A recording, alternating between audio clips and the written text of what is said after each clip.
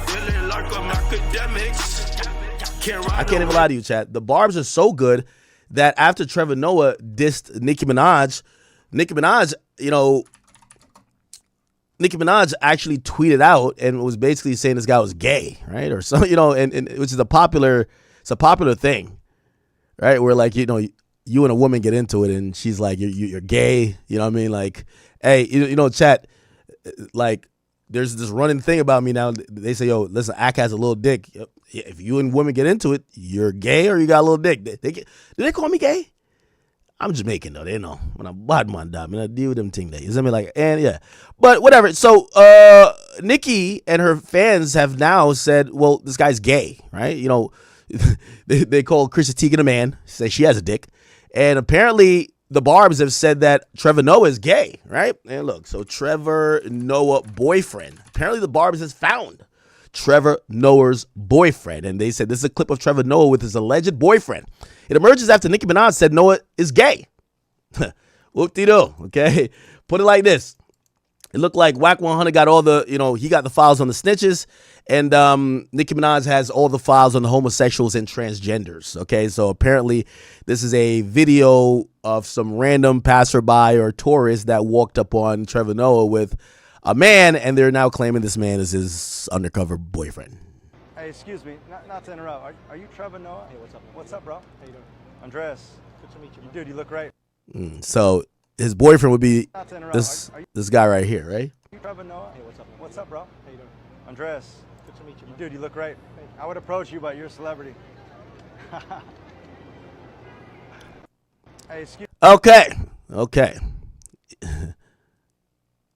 Look, this comes from Nikki Volt. Laughing my ass off. Man on shorts, that's definitely Trevor Noah's boyfriend. Nicki was right again. Okay. I don't know, man. Nicki Minaj might be on a historical run, right? Generational run, Nicki. Huh? Let's see what she's tweeting about now. Apparently she has a new interview coming out. I want to hear it. It's interesting. It's come to pass that, sometimes perspective and also time really matters a lot.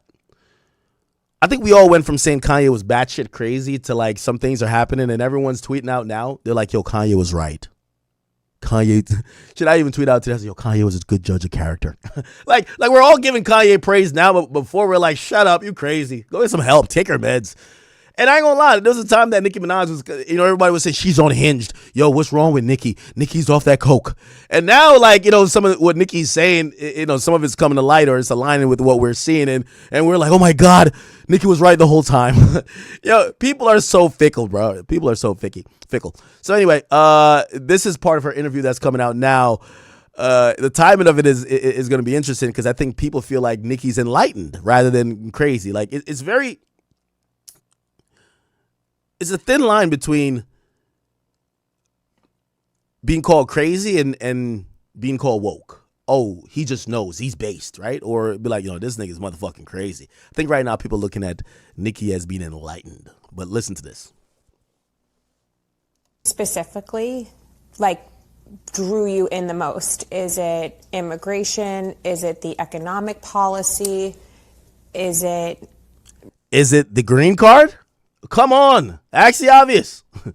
So what drew her into Trump? The green card. Come on now. Religious freedom. Gold card, I mean. What specifically, answers that calling that you talk about? Definitely, religious freedom is something that's very important to me. But if I'm being honest, President Trump. Ooh. Yes. Because when I saw how he was being treated over. You know what I realized, chat? Nicki Minaj had to endure the music industry for like 20 years, and there's so much bullshit frauds.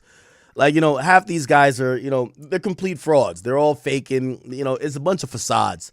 If she could deal with the fakeness of the music industry, and I'm not saying that means she's real or fake herself, but she had to deal with it for 20 years. Politics is the same fake and fraud, just on a higher extent. And I think Nicki's kind of handling this pretty well. She's in the trenches with these people doing interviews, going on stage. And I think we see through it a little bit, but she's blending in. She's with the exception of one comment when she said,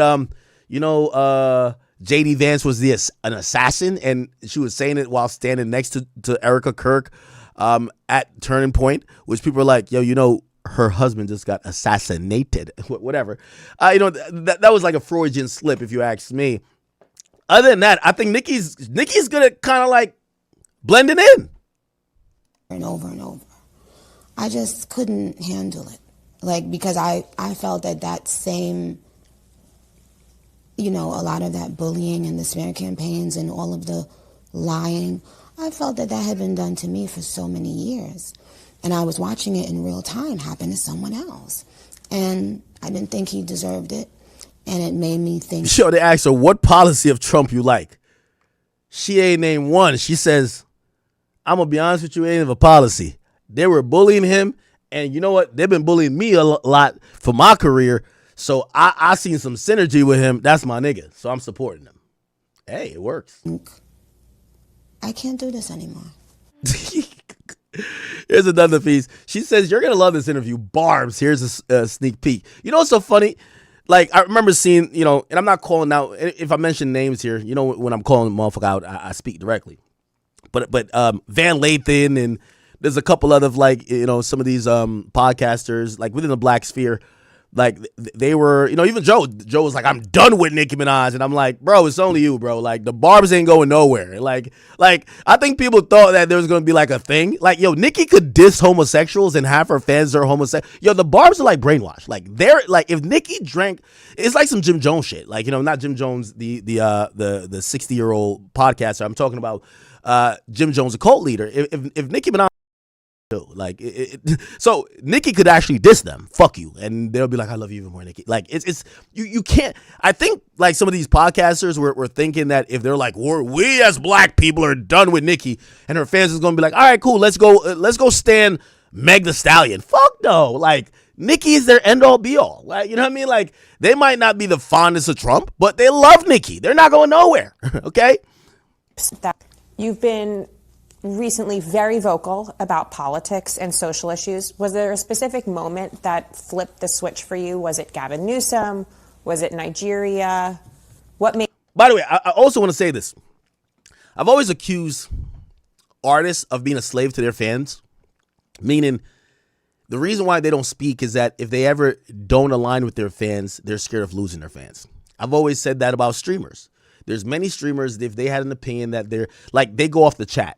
So the chat, they kind of, whatever the chat says is like majority rules. They go with that. They're kind of just molded and controlled by their audience. Why? Because, like being in art or, being a musician or being a streamer is a really privileged job. And when you get an audience, like, you kind of don't want to lose it, right? And sometimes you tuck that individuality where you might differ with people, or you might have to go against the grain and say, no, I'm going to just either keep quiet, that's usually the thing, or I'm just going to say something I don't believe.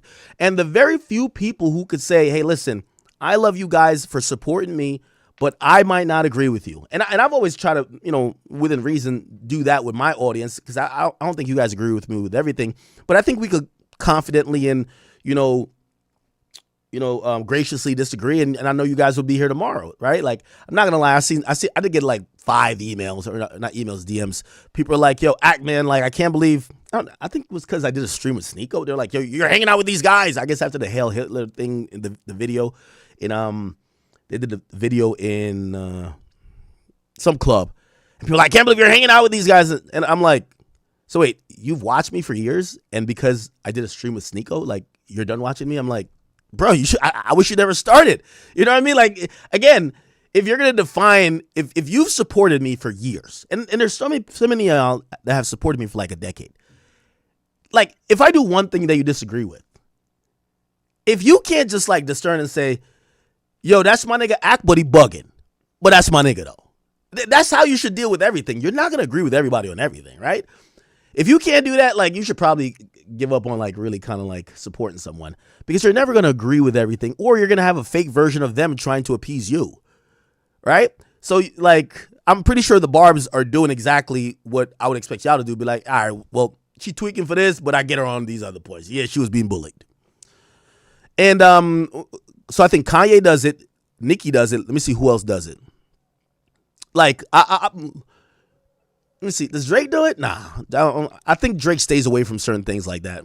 I think people wanted Drake to like be like, you know, front and center with the Palestine Israel stuff, and I think he chilled out. DJ Khaled, they wanted him to get on the free Palestine wave. Like, I think he was just like, yo, bro, I just want to do some fucking goofy ass dances. A lot of people stay out of these things because they realize, yo, politics or being, you know, having an opinion that might turn off some of my fan base is just not going to be good for me, right? What's the famous saying? Michael Jordan says, yo, when they said, yo, are you going to support the Democrats or Republicans? Or I forgot what they asked. He said, yo, they both buy sneakers. He ain't saying nothing. That's what he was trying to say. And that's an interesting thing and a stance many people take, but there are a few celebrities that they don't mind going against their audience, and they know confidently they'll still have their audience. And Nicki and Kanye, they're definitely two.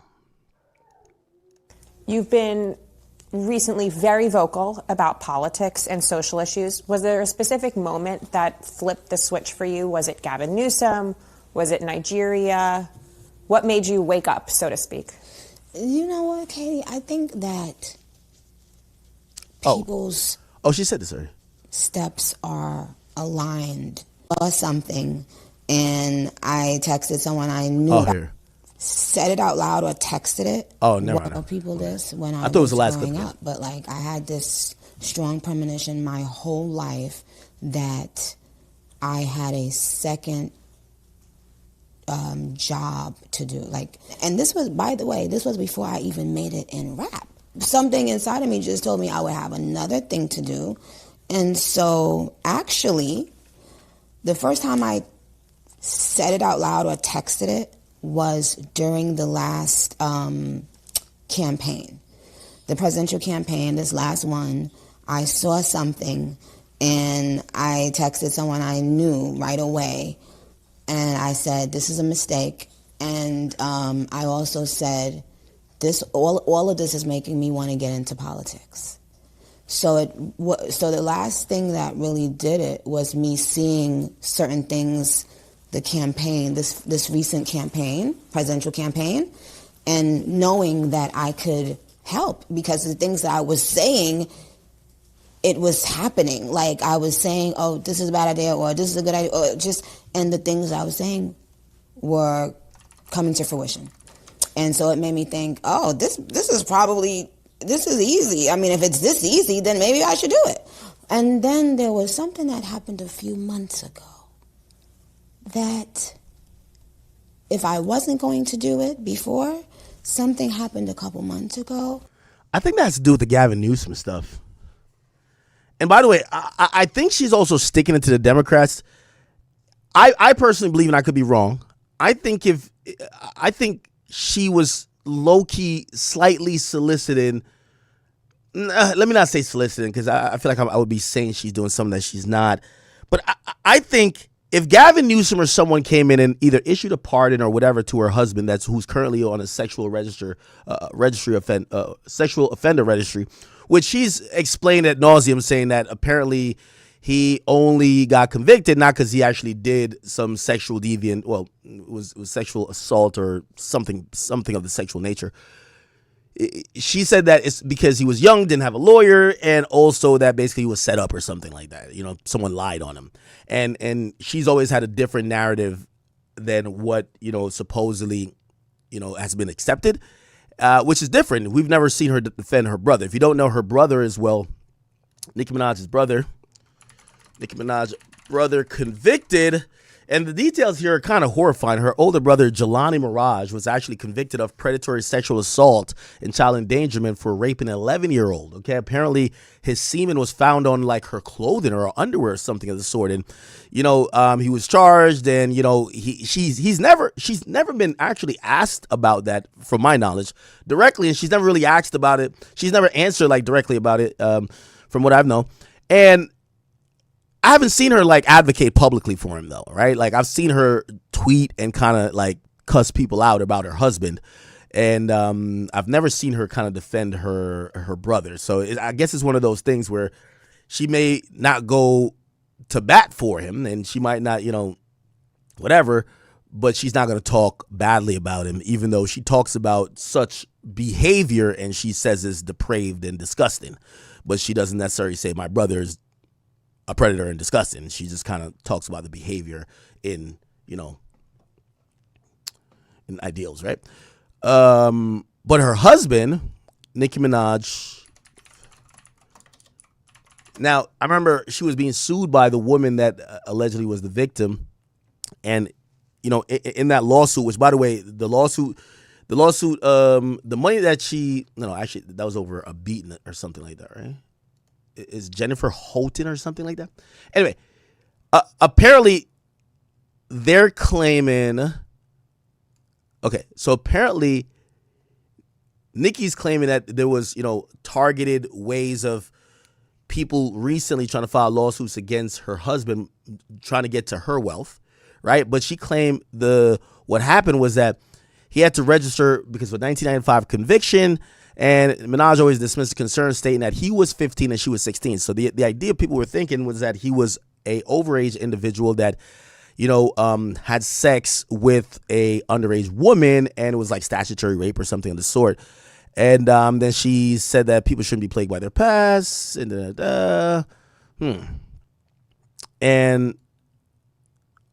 yeah, he did get like arrested again or placed under house arrest for failing to register as a sex offender. And he was threatening Offset. Yep. She and her husband were sued by the woman, in 2021, who accused him. Yeah. She's always kind of like, she's always defended her husband and basically said that it's taken out of context to some extent. Not some extent, all the way, right? Because there's no some extent with that, right? I'll play a little bit. My house up, dented her body up. Told my he doesn't see his mom. For him tomorrow too. Okay, she's talking about Des Bryant there more than she's talking about the thing, but yeah, it's an interesting thing with Nicki. But I do believe that if Gavin Newsom issued like a pardon or some type of political or judicial relief to Nicki Minaj's husband, because I do think that plagues her a lot. Her address is on a registry because she lives with her husband. And a lot of people kind of look at her and kind of talk about her in a very denigrating form because they're saying, yeah, you're the queen of hip hop and you're this and you're that. But your man's a sexual, he's on a sexual offender registry, and that's vile and that's disgusting. And even though she tries to give details and how this and third, there's mitigating factors in her opinion, people don't want to hear it. Usually when people hear a conviction for sexual assault or a conviction or you being on a registry, it's usually like open and shut. And I think she's been trying to fight to get that reversed. And I think that's how it got kicked off with her and Gavin Newsom. And Gavin Newsom was kind of like spitting in her face, like, metaphorically when Gavin Newsom, Meg Thee Stallion, not only does she not like Meg Thee Stallion, Gavin Newsom posted a Meg Thee Stallion song while trying to get at Nicki Minaj when Nicki Minaj was slamming him for his support of trans kids, and the song that was posted seemed to have lyrics that may take, I guess it was a double entendre, so to speak, because it was the song. Where is the song? Okay. He didn't post the videos, but he retweeted it. And this was the song here. Don't be mad at Megan. These hoes mad at Megan's law. And yeah, so Megan law, which is it's a federal law, but it requires people in the United States to make information about registered sex offenders public. And he highlighted the website that you could find about California residents and with this Megan's law, and essentially Nicki Minaj's husband's on it. So, you can see how Nicki really hates this guy. This guy tweets out her op song where she mentions a law that, ironically has the same name as Megan, but also that law is affects Nicki's family because her husband is on that list, right? Even if she thinks it's unfair or not. So you could tell, I think that's where her political, and I might be wrong because somebody tell me different, because I never seen Nicki get political before. And I didn't know Nicki was an immigrant. Well, I knew she was an immigrant. I didn't know Nicki was, actually, I didn't know that she was born in Trinidad or wherever she's from. I thought she was always born over here. Most people, when they say they're from a different country, they're born here. Was Rihanna born in, where was Rihanna born? Was she first generation? Oh, she was actually born in Barbados. Oh, wow. Usually when I hear people say they're Jamaican, I got to ask them, nigga, where were you born? Like, Safari was like, I'm Jamaican. And then when you figure out, yeah, he has Jamaican heritage, but the nigga's born in Jamaica, Queens. You know what I mean? Like, it's a lot of people usually aren't born in the country, even if their heritage traced there. It's like a bunch of Dominicans, they're all born in the Bronx, but they act like that's their homeland. Well, it is their homeland, right? Whatever. Cool. So I think that's what it is. And we'll kind of leave that Nicki topic there. But Nicki has an interview coming out, and Nicki can't wait for you guys to go watch it. Let me see. Is there anything else on Nicki? You guys could spam. You guys could spam anything if you want. By the way, she posted up a Google Trends, which showed that Nicki Minaj trended, way beyond the Grammy Awards. Wow.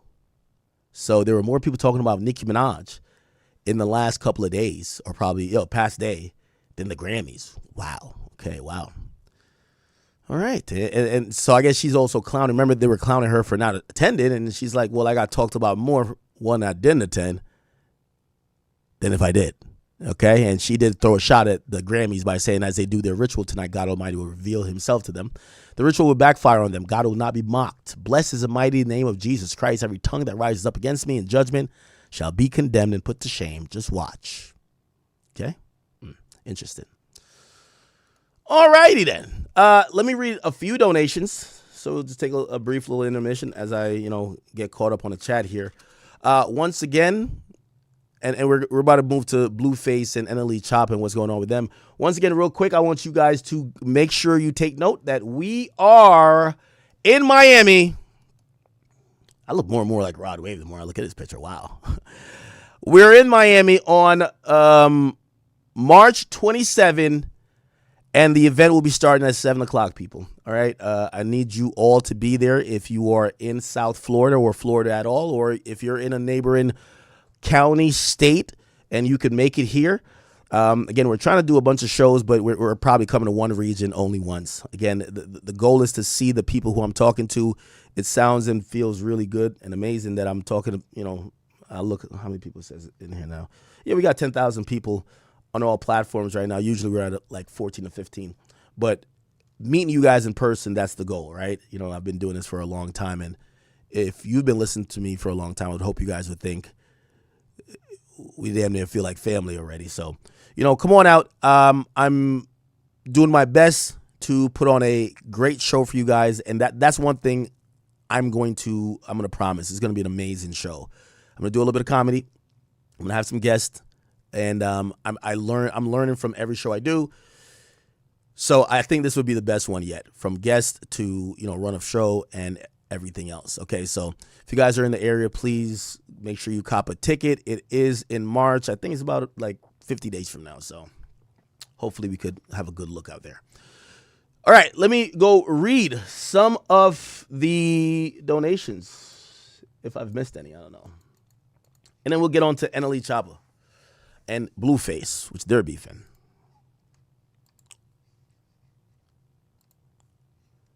By the way, isn't J. Cole's album coming out Friday? Am I tripping? Let me look. This J. Cole album. It's coming out Friday, right? Okay. So I guess we got to do a listening party. Okay. Now, I'm going to be honest with you. I'm going to warn you. So on that day, and I guess we're doing church announcements again. On that day, on the 5th, what I will be doing, chat, is that we're going to be doing a regular stream, but we're all going to go to Rumble. I not that I think there's real beef or anything like that, but I don't have a relationship with J. Cole or his team.